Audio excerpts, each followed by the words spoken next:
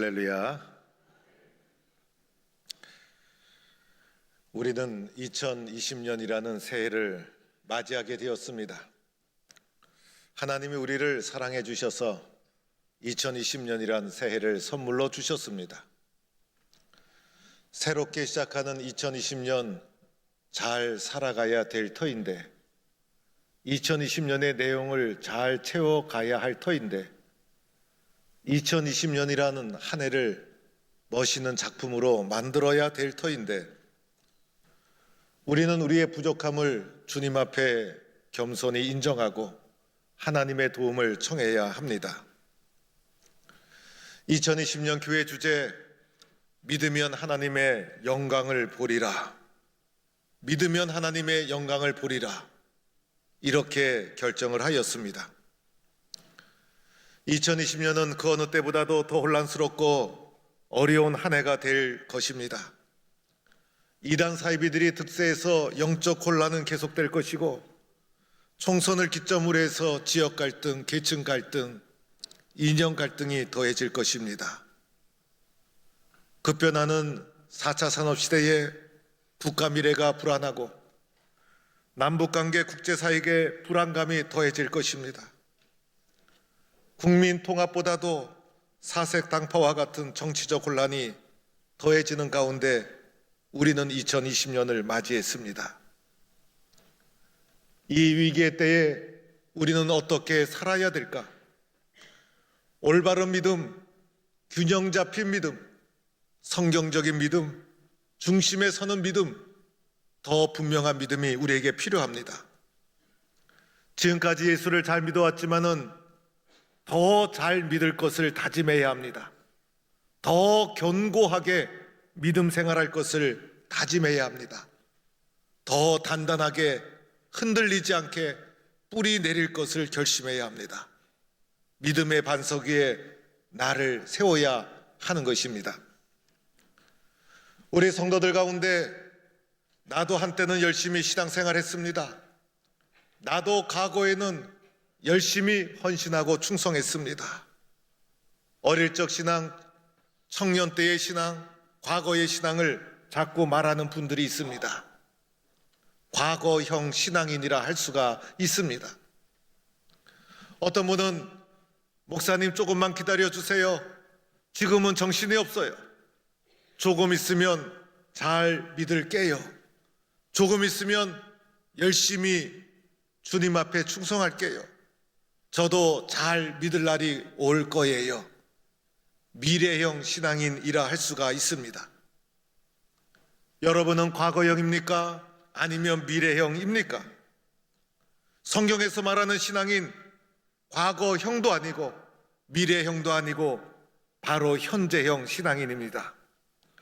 지금 이 순간, 바로 이 순간, 지금 현재 나는 어떠한 모습으로 주님 앞에 서 있는가? 나의 신앙은 어떠한가? 과거도 중요하고 미래도 중요하지만은 보다 더 중요한 것은 현재 바로 이 순간 나는 어떠한 믿음의 생활을 하고 있는가라는 것입니다. 오늘 우리는 요한복음 11장 말씀을 보았습니다. 요한복음은 크게 구조적으로 먼저 살펴볼 필요가 있습니다.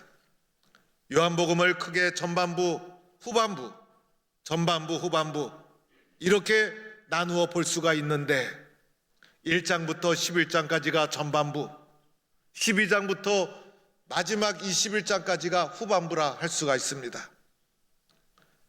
전반부에는 예수님의 행적, 예수님의 말씀, 그리고 전반부를 이끌어가는 7개의 중요한 사건이 나옵니다. 후반부는 예수님의 순환과 십자가와 부활의 사건이 중심입니다. 전반부를 사닥다리처럼 이끌어가는 7가지 주요한 사건, 첫째는 가나의 혼인잔치, 둘째는 왕의 시다를 고치신 사건, 셋째는 38년 된 병자를 고치신 사건, 네 번째는 오병이어의 사건, 다섯 번째는 무리를 걸으신 사건, 여섯 번째는 맹인을 고치신 사건, 그리고 마지막 7번째가 오늘 읽은 11장 나사로의 부활 사건이 됩니다. 마지막 7번째 나사로의 부활 사건, 이 사건을 향하여 전반부가 진행되고 있는 거예요. 그러던 자에 오늘 읽은 본문의 말씀이 전반부의 절정이라 할 수가 있는 부분입니다. 전반부의 클라이막스, 이 절정인 이 본문보다 더 중요한 절정이 있죠. 후반부의 절정, 예수님의 십자가와 부활 사건. 그래서 나사로의 부활 사건은 작은 부활이라면 예수님의 부활 사건은 큰 부활 사건, 나사로의 부활 사건은 작은 언덕이라면 예수님의 십자가와 부활은 큰 언덕, 작은 언덕을 딛고 큰 언덕을 향하여 나아갈 수 있는 구조로 요한복음이 기록되어 있는 것입니다. 예수님의 부활 사건은 하나님의 아들 예수님의 부활 사건이죠. 그러나 나사로는 저와 여러분과 똑같은 예수님을 사랑하는 사람, 예수님을 믿는 저와 똑같은 나사로의 부활 사건이기에 우리는 좀 더 친숙한 마음으로 이 말씀을 접근해 갈 수가 있게 되는 것입니다. 오늘 이 말씀을 1절부터, 우리 오늘은 38절부터 본문을 보았지만은 1절부터 말씀을 살펴보면 나사로의 집에서 일어난 사건이에요. 나사로의 집에서 누이들이 예수님께 사람을 보내어서 주여 보시옵소서, 사랑하는 자가 병들었나이다. 나사로는 예수님의 사랑받는 사람이었고 예수님을 사랑하는 자였고, 그런데 그 나사로가 그만 병에 걸려서 죽어가고 있었다는 것입니다. 이 말씀은 우리에게 무엇을 말해 줍니까? 예수님을 사랑하는 사람, 예수님의 사랑을 받는 자도 병들 수 있다는 것을 말해 줍니다. 예수 잘 믿는 사람, 신앙 좋은 사람도 병들고 실패하고 쓰러질 수 있다는 거예요. 병뿐만 아니라 때로는 모함을 당하고 억울한 일을 당하고 시련을 겪게 되고 혼란스러운 일도 겪게 되고, 우리 성도들도 믿음의 길을 걸어가다가 몸이 아프고 어려움과 시련을 만날 때 있지 않습니까? 예수 잘 믿음에도 불구하고 세상에서 이런 실패와 아픔과 어려움을 겪을 수 있다는 것입니다. 예수님께서 우리에게 말씀해 주십니다. 이 병은 죽을 병이 아니라 하나님의 영광을 위함이요 하나님의 아들이 이로 말미암아 영광을 얻게 하려 함이라. 우리가 겪는 아픔, 실패, 좌절, 시험은 내가 하나님께 잘못해서 받는 벌이 아니라는 것입니다.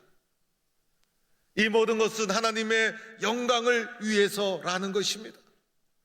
그래서 우리들은 아프고 병들고 시험이 닥칠 때마다 하나님, 이 실패를 통해서 어떻게 하면 하나님께 영광을 돌릴 수 있을까요? 내 병든 몸을 통해서 어떻게 하면 하나님께 영광을 돌릴 수 있을까요? 억울하고 힘들 때마다 하나님, 이 일을 통해서 어떻게 하면 하나님께 영광을 돌릴 수 있을까요? 라는 마음과 자세로 시련과 어려움을 이겨 나가야 한다는 것입니다. 나사로가 병들었다는 말을 듣고 예수님 즉시 달려가지 않죠. 이 소식을 듣고도 이틀을 더 지체하게 됩니다.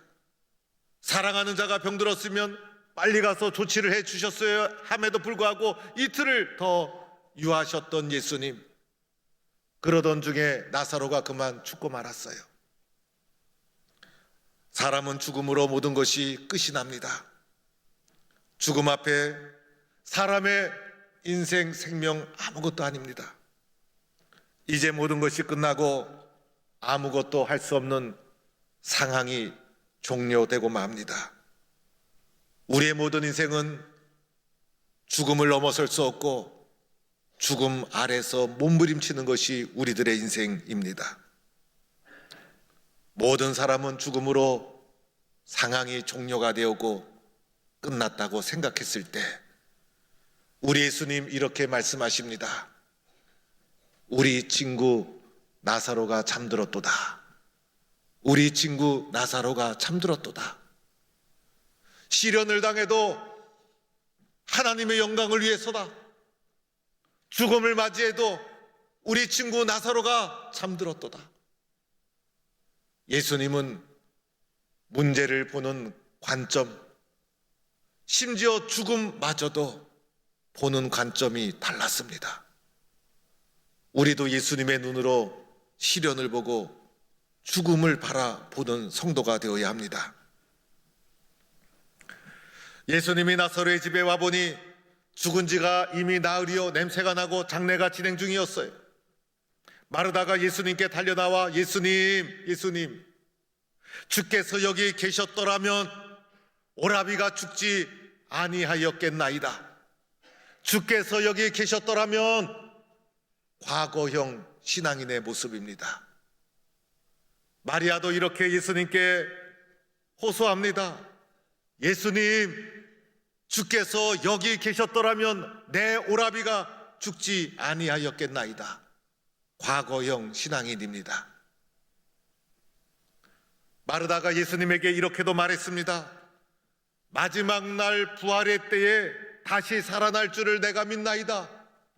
마르다의 신앙이 부활의 신앙을 가지고 있었다는 것은 긍정적인 면이지만은 마지막 날 부활의 때에 다시 살아날 줄을 믿습니다. 미래형 신앙인이었습니다. 우리들의 일반적인 모습이라 할 수가 있습니다. 그러나 예수님이 이렇게 말씀하십니다. 나는 부활이요 생명이니 나를 믿는 자는 죽어도 살겠고 무릇 살아서 나를 믿는 자는 영원히 죽지 아니하리니 이것을 내가 믿느냐? 내가 지금 현재 이것을 믿고 있느냐? 과거도 아니고 미래도 아니고 지금 현재 내가 믿고 있느냐? 현재형 신앙을 촉구합니다. 마르다는 예수님께 대답할 때 주여 내가 아나이다의 신앙이었어요. 그러나 예수님은 내가 믿느냐? 아는 것보다 더 중요한 것은 내가 믿느냐? 믿는 신앙을 요청하고 있는 것입니다. 과거에 잘 믿었던 거 중요할 수 있어요. 미래에 잘 믿겠다고 결심하는 거 의미가 있을 수 있어요. 더 중요한 것은 지금 현재 나의 신앙은 어떠한가? 이것저것 많이 하는 것 인생에 도움이 돼요. 그러나 가장 중요한 것은 믿고 있느냐의 문제입니다. 지금 현재 너는 믿고 있는가? 이것을 주님은 우리에게 묻고 있습니다. 이제 주님께서 나사로를 살리시기 시작합니다. 죽음의 몸에 생명을 풀어넣기 시작합니다. 먼저 예수님이 심령에 비통히 여기시고 불쌍히 여기사 이 심령 속에서 통분히 여기는 마음이 솟아 올라온 거예요. 안타까운 심령이 솟구쳐 올라온 거예요. 죽음 앞에 절망하고 좌절하고 포기하고 몸부림치며 살아가는 인생을 불쌍히 여기시는 우리를 보시고 불쌍히 여기신 거예요. 예수님이 있음에도 불구하고 지금 현재 믿지 못하는 우리들의 어리석음을 불쌍히 여기신 거예요. 예수께서 눈물 흘리시더라. 비통의 마음이 솟구쳐 올라오면서 깊은 흐느낌 속에서 눈에서 눈물이 주르륵 떨어지는 모습을 가리킵니다. 깊은 눈물의 모습. 예수님의 우리를 향한 마음을 표현한 거예요. 나를 향한 주님의 안타까운 모습이 표현된 거예요. 이 안타까운 눈물을 흘려야 되는데 눈물이 사라져버리고 말았어요. 예수님, 돌을 옮겨 놓으라. 나사로와 예수님 사이를 가로막고 있는 돌을 옮겨 놓아라. 여기서 중요한 요소가 숨겨져 있죠. 순종입니다. 순종입니다. 순종할 수 없는 상황이에요. 돌을 옮겨 놓으라. 제정신이면 순종할 수 없어요. 상식적으로는 순종할 수 없어요. 그러나 예수님과 나 사이를 가로막고 있는 돌, 예수님과 나 사이를 가로막고 있는 벽, 다물, 이것이 외부적인 문제일 수도 있고 내면의 문제일 수도 있어요. 오늘 우리에게 요청하는 것은 내면의 문제. 아무리 힘들고 어려워도 순종으로 제거해야 합니다. 그 담을 헐어버려야 합니다. 돌문을 옮기자 예수님께서 이렇게 말씀하십니다. 오늘 우리 교회의 2020년 표의의 말씀. 내 말이 내가 믿으면 하나님의 영광을 보리라 하지 아니하였느냐. 내 말이 내가 믿으면 하나님의 영광을 보리라. 주님의 말을 믿는 자는 하나님의 영광을 보리라. 하나님의 영광을 보리라 한 이 말씀의 현장이 어떤 현장이었어요?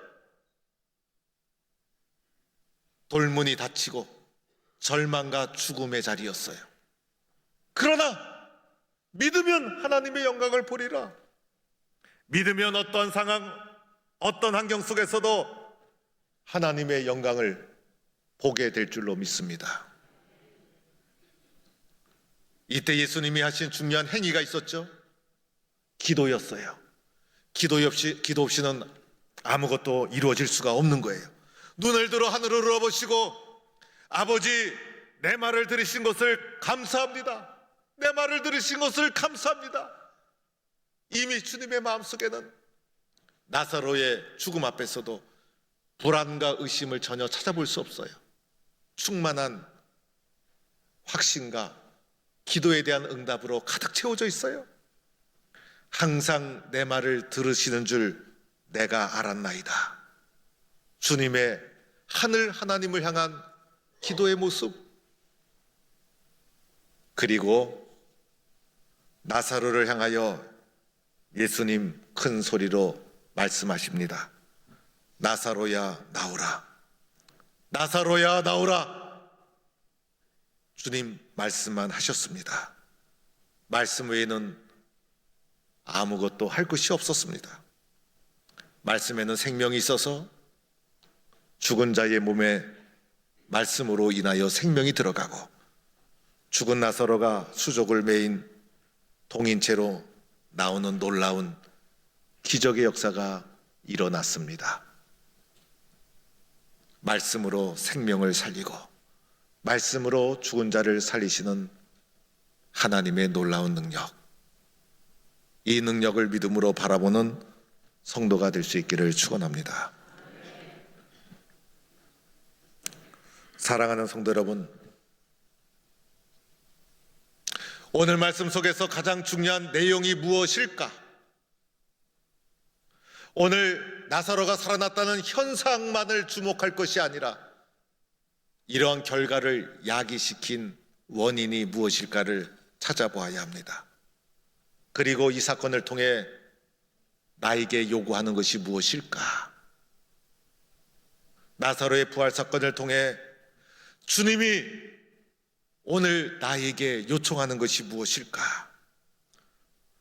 나사로의 부활 사건은 1절부터 44절까지 길게 소개가 되어 있는데 길게 소개되는 말씀 전체를 이끌어가는 중요한 개념이 있습니다. 15절 말씀, 이는 너희로 믿게 하려 함이라.